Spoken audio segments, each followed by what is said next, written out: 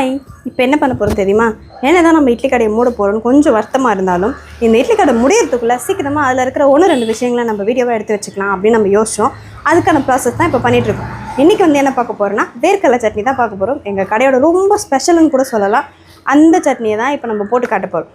நாங்கள் வந்து வேர்க்கடலையை வந்து கடையில் வறுத்ததெல்லாம் வாங்க மாட்டோம். பச்சை வேர்க்கடலை வாங்கி அதை வறுத்து அதுக்கப்புறமா தான் சட்னி போடுவோம். அந்த ப்ராசஸை தான் நம்ம இந்த வீடியோவில் பார்க்க போகிறோம். பார்க்கலாமா? இதை முடிச்சுட்டு நம்ம வந்து கல்யாணத்துக்கும் போக போகிறோம். டைம் 5:30, 6:30, 7:30 தான் முகூர்த்தம். அதுக்குள்ளே நம்ம சட்டுப்புட்டுன்னு எல்லாத்தையும் முடிச்சுட்டு போகிறோம். முடிக்கலாமா? வாங்க. இப்போ வந்து நம்ம கடையோட ஸ்பெஷல் சட்னியாக போட போகிறோம். ஃபஸ்ட்டு வந்து நாங்கள் வந்து கீழே போட்டோன்னா பெரிய ஜாரில் போடுவோம். இங்கே நான் போட்டு காட்டணுன்றதுக்காக வந்து குட்டி ஜார் வச்சுருக்கேன். இதில் இன்னொன்று என்னென்னா, இது ஃபுல்லாக வந்து வேர்க்கடலை உடச்சக்கடலை ரெண்டுமே மிக்ஸ் பண்ணி வச்சுருக்கோம். ஏன்னா வந்து உடச்சக்கடலை வந்து திக்காக காட்டும், வேர்க்கடலை டேஸ்ட்டு கொடுக்கும். இதுதான் வந்து எங்களோட ஐடியா. இப்போது இந்த வேர்க்கடலையும் உடச்சக்கடலையும் சேர்த்து நம்ம கொஞ்சம் கொஞ்சமாக அரைச்சி எடுக்க போகிறோம். இதில் வந்து நாங்கள் தண்ணி ஊற்ற மாட்டோம். புளி கரைச்சி அந்த தண்ணியை தான் மிக்ஸ் பண்ணிப்போம். அப்போ தான் வந்து புளிப்பு கட்டாக இருக்கும்.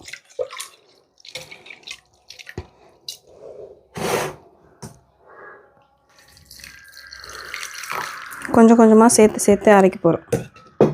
ஓகேவா? இதில் வந்து என்னென்னு பார்த்தீங்கன்னா, காஞ்ச மிளகா இருக்குது, உப்பும் இருக்குது. யாராவது வந்து எனக்கு உப்புலாம் கரெக்டாக போட மாட்டேன்னு எல்லாத்தையும் போட்டே கொடுத்துட்டாங்க. ஸோ வந்து இது தான் அரைக்க போகிறோம். ஃபஸ்ட்டு வேர்க்கடலை அரைச்சிக்கலாம். ஸ்டார்ட் பண்ணலாமா?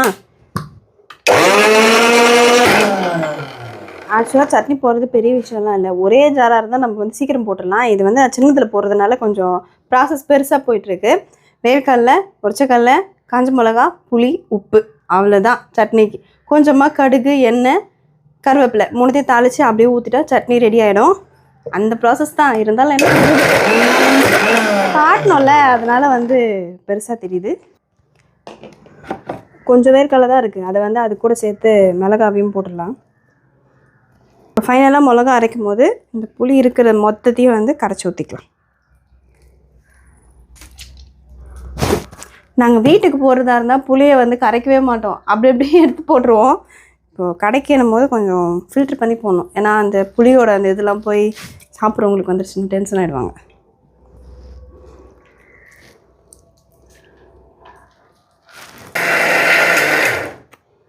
அதாவது கீழே வந்து ஜார் நல்லா பெருசாக இருக்கும். அதில் போட்டால் ஈஸியாக வேலை முடிஞ்சிடும். நாங்கள் வந்து இந்த அத்துமட்டதை வேலை பார்க்கறது அதான் பார்த்துன்னு இருக்கிறோம். வீடியோ போடணும் இந்த நமக்கு தூண்டு இருக்கிற ஜாரில் வந்து போட்டுனே இருக்கிறதுனால இப்படி ஆகுது. இப்போ வந்து இதில் ஊற்றிடலாம். நல்லா மிளகா நிறைய இருக்குப்பா, என்ன சூடு. இப்போ வந்து இந்த ஜாரை அலசி ஊற்றுவோம் பார்த்தீங்களா, அதை வந்து நான் அதில் ஊற்றாமல் தனியாக எடுத்து வச்சுக்கணும். ஏன்னா அதுலேருந்து கொஞ்சம் கட்டி சட்னியும் எடுக்க போகிறதுனால ஃபஸ்ட்டு இது தனியாக தண்ணி மட்டும் எடுத்து வச்சுக்கலாம். இந்த ப்ராசஸ் தான் சட்னிக்கு ரொம்ப முக்கியம். இந்த அலசி இப்படி ஊற்றுறது இதை அப்படியே வச்சுக்கலாம் தனியாக. ஓகேவா? இப்போ எடுத்துகிட்டு போய் கொடுக்க போகிறோம். அம்மா அதில் தாளிச்சு அப்படியே பச்சுக்குன்னு ஊற்றுவாங்க. அது வந்து சட்னி ஆகிடும். கலக்கிட்டு கொஞ்சம் கட்டி சட்னி எடுத்து வச்சுக்கிட்டு மீதியை வந்து தனி சட்னியாக கலக்க போகிறாங்க. இதுதான் ப்ராசஸ். பெசாமல் நம்மளே தாளிச்சிடலாமா? ஒரு தாளிச்சிடலாமா? சின்னதாக ஒரு தாளிப்பு கல்லை வச்சுட்டு நான் வந்து எண்ணெய் ஊற்றியாச்சு. வந்து கடுகு நம்ம வீட்டுக்கு போடுறதுனால கொஞ்சமாக போடுவோம். இது கடைக்குன்றதுனால நிறைய சட்னிக்குன்றதுனால கொஞ்சம் அதிகமாக போட போகிறோம். சரியா? இப்படிலாம் ஸ்பீடாக வச்சா மேலே பற்றிக்கும். சிம்லேயே இருக்கட்டும்.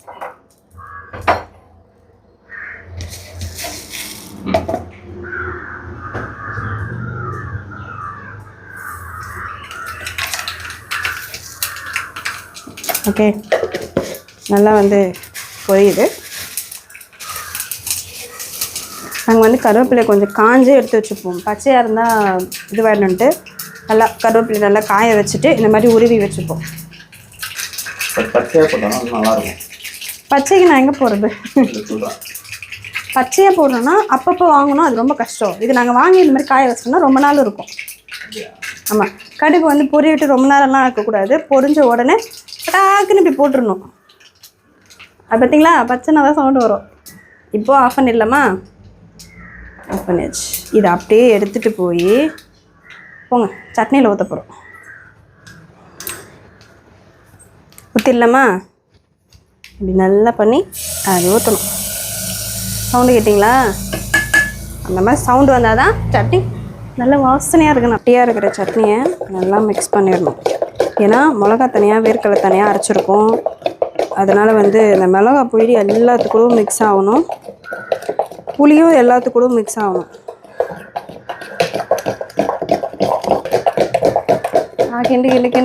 கிண்டிட்டு இதை தாளித்து விட்டதும் எல்லாத்துக்கூடவும் போய் மிக்ஸ் ஆன உடனே ஒரு சின்ன ப்ராசஸ். புளி சூப்பராக இருக்குது. கொஞ்சம் உப்பு, தண்ணி சேர்க்கணும். ஆனால் இப்போ இது கட்டியாக இருக்குல்ல, இதை எடுத்துகிட்டு இதில் கொஞ்சம் ஊற்றிட்டு அதுக்கப்புறமா தான் நம்ம உப்பு சேர்க்க போகிறோம். வந்து உப்பு போட்டுக்கலாம். இதில் லைட்டாக, ரொம்ப கிடையாது, லைட்டாக தண்ணி ஊற்றிக்கலாம். ஏன்னா அந்த உப்பு கரையணும்ல. ஓ மிக்ஸ் பண்ணு. ஊற்றிடலாமா?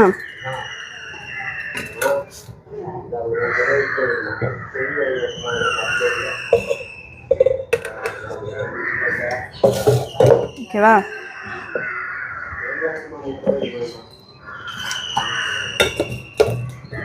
ஓகே.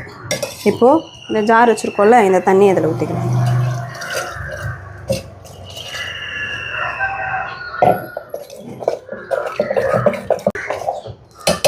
ஆக்சுவலாக இதுக்கு ஒரு கரண்டி இருக்கும். இதில் கொஞ்சம் பெருசாக இருக்கும், அதில் கொஞ்சம் சின்னதாக இருக்கும். இப்போ நான் கலக்கிறதுக்காக இந்த கரண்டி எடுத்துருக்கேன். இந்த மாதிரி தான் நம்ம ஏதாவது ஒரு வேலை செய்வோம்.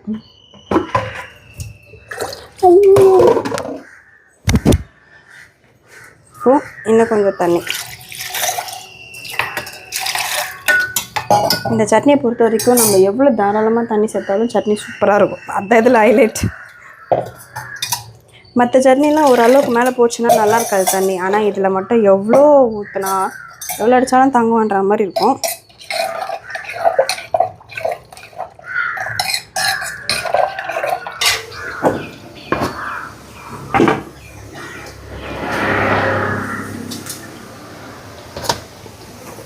இப்படி வந்து 2 வாய் இருக்குனாலே அந்த குண்டா ஃபுல்லாகிடும். அதுக்கப்புறம் தான் நம்ம எடுத்துகிட்டு மேலே போகிறோம். ஓகே, இப்போ நம்ம கல்யாணத்துக்கு கிளம்பியாச்சு. இதுதான் வந்து முகூர்த்தத்துக்கு கட்டுற புடவை. கலர் வந்து இந்த கலர் தான் கட்டணும்னு சென்டிமெண்ட்டாக கட்டியிருக்கிறோம். போலாமா? நம்ம வந்து காலையிலேயே போகிறதா தான் போயிருக்கலாம். ஆனால் வந்து நம்ம இட்லிக்கல்ல வேலையெல்லாம் முடிச்சுட்டு அவங்க ஹெல்ப் பண்ணிட்டு போகணுன்றதுக்காக தான் கொஞ்சம் லேட் ஆயிடுச்சு. தாலி கட்டிலாம் முடிச்சுருப்பாங்க. நம்ம போய் சும்மா ஒரு அட்டனன்ஸை பார்த்துட்டு அப்படியே வந்துட்டு போகிறோம். சரியா? வாங்க. ஓகே, சொல்லிட்டு வந்துடலாம். அம்மா கிளம்பிட்டேண்ணா, போயிட்டு வந்துடுறேன். போலாம். நான் தான் சொன்னேனே, கல்யாணம் முடிஞ்சு கரெக்டாக சுற்றும் போது நாங்கள் வந்தோம். கரெக்டாக ப்ராசஸ் இன்னும் போயிட்டுருக்கு.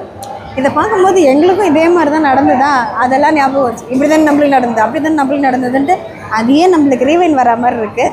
எல்லாருக்கும் இந்த ஞாபகம் வரும்னு நினைக்கிறேன். ஏதாவது ஒரு கல்யாணத்துக்கு போனால் நம்மளுக்கு எப்படி நடந்துச்சுல்ல அப்படின்னு சொல்லிட்டு நிறைய பேருக்கு வரும்னு நினைக்கிறேன். அப்படி நடந்திருந்தா கீழே கமெண்ட் பண்ணுங்கள். என் ஃப்ரெண்டை பார்த்துட்டோம், அவளையும் ஒல்லியாக இருப்பா. இதில் வேறு அந்த அம்மா வர புடவை கட்டியிருக்காங்க. பார்த்த உடனே ஷாக்கு, முன்னாடி ரிசப்ஷன் வராமல் இப்போ வந்திருக்கேன்ட்டு. இப்போயாவது வந்தனே, பசங்களை கூட்டின்னு வரலையாவா? 7 மணிக்கு நான் எழுந்து வர்றதே பெரிய விஷயம். பசங்களை எப்படிங்க நான் கூப்பிட்டு வர முடியும்? ஆனால் அவங்க வந்து ரொம்ப டயர்டில் இருந்ததுனால என்னால் கூப்பிட்டு வர முடியல. அவங்க தான் பொண்ணு மாப்பிள்ளை. இதில் என்ன ஒரு ஹைலைட்னா, இதில் என்ன ஒரு முக்கியமான விஷயம்னா, வந்த அவசரத்தில் மொழிக்கார மறந்துட்டு வந்துட்டான். இவர் சொல்கிறாரு, போய் பொண்ணுக்கிட்டே கேளு, நிறைய வச்சுட்டு இருக்கோம், நெத்து கொடுக்கும், நம்ம அதில் போட்டு கொடுத்துடலான்ட்டு. இதே மாதிரி தான் நிறைய ப்ராசஸ் எங்களுக்கு நடக்குது. சரி, என் ஃப்ரெண்டுக்கிட்ட கேட்கலான்னு பார்த்தா அவர் ரொம்ப பிஸி. ஏன்னா அவங்க தங்கச்சி கல்யாணம், அதனால அந்த அம்மா பிஸியாக இருக்காங்க. எப்படியாவது அவளை கரெக்ட் பண்ணி எங்கே இருக்கான்னு பார்த்து, அதுக்குள்ளே கடை திறக்கல, இல்லைன்னா நாங்களே வாங்கிட்டு வந்துட்டுருக்கோம். ரொம்ப சீக்கிரம் வந்துட்டோன்றதுனால. ஓகே, முடிய போகுது. நம்ம போய் ஃபோட்டோ எடுத்துகிட்டு அதுக்கப்புறம் கிளம்பிடலாம். சாப்பிட போகிறோம், சாப்பிட்டு தான் போகணும். கல்யாணத்துக்கு வந்து சாப்பிட்டு போகணும், அதான் நல்லது பார்க்க. இவன் என்ன வான்னு சொல்லிட்டு போயிட்டான், எங்கே போனானே தெரில. அவ்வளோ வேறு நம்ம போய் தேடணும். இப்போ கடைசியாக வந்து பொண்ணு மாப்பிள்ளையோடு சேர்ந்து நம்ம பாய் சொல்கிற வீடியோவை அட்டாச் பண்ணுறேன்னா கண்டிப்பாக எடுப்பாங்க. இட்லி, பூரி, பொங்கல், சப்பாத்தி, அப்புறம் வடை, சட்னி, சாம்பார், கேசரி இதெல்லாம் வச்சுருக்காங்க. நம்ம வந்து பொங்கல் சாப்பிட மாட்டோம். பூரியும் வேணாம், இட்லி 2 வைக்கிறீங்களா, 1 போதும்ன்ட்டு சப்பாத்தி மட்டும் 2 கேட்டு வாங்கிட்டேன். ஆனால் சப்பாத்திக்கு தான் எந்த குழம்புமே ஊற்றலை. ஆமாம், போகிற வர குண்டானெல்லாம் பார்த்துனே இருக்கிறேன், எந்த குண்டானே தெரில.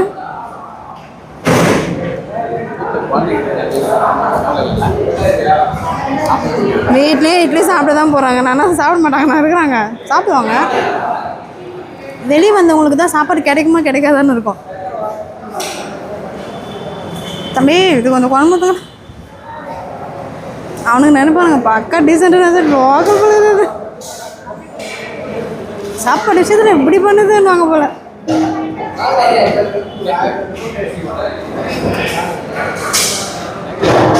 யார் வரமாட்டானுங்களே. சப்பாத்திக்கு எதுவுமே இல்லையா? சப்பாத்திக்கு வடகரியா?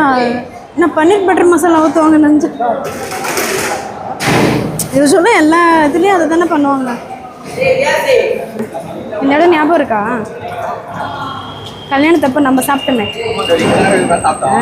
சிரிச்சு சிரிச்சு சாப்பிட்டோமே, அன்னைக்கு சிரிச்சது 10 வருஷம் ஆச்சு. ஆமாம்,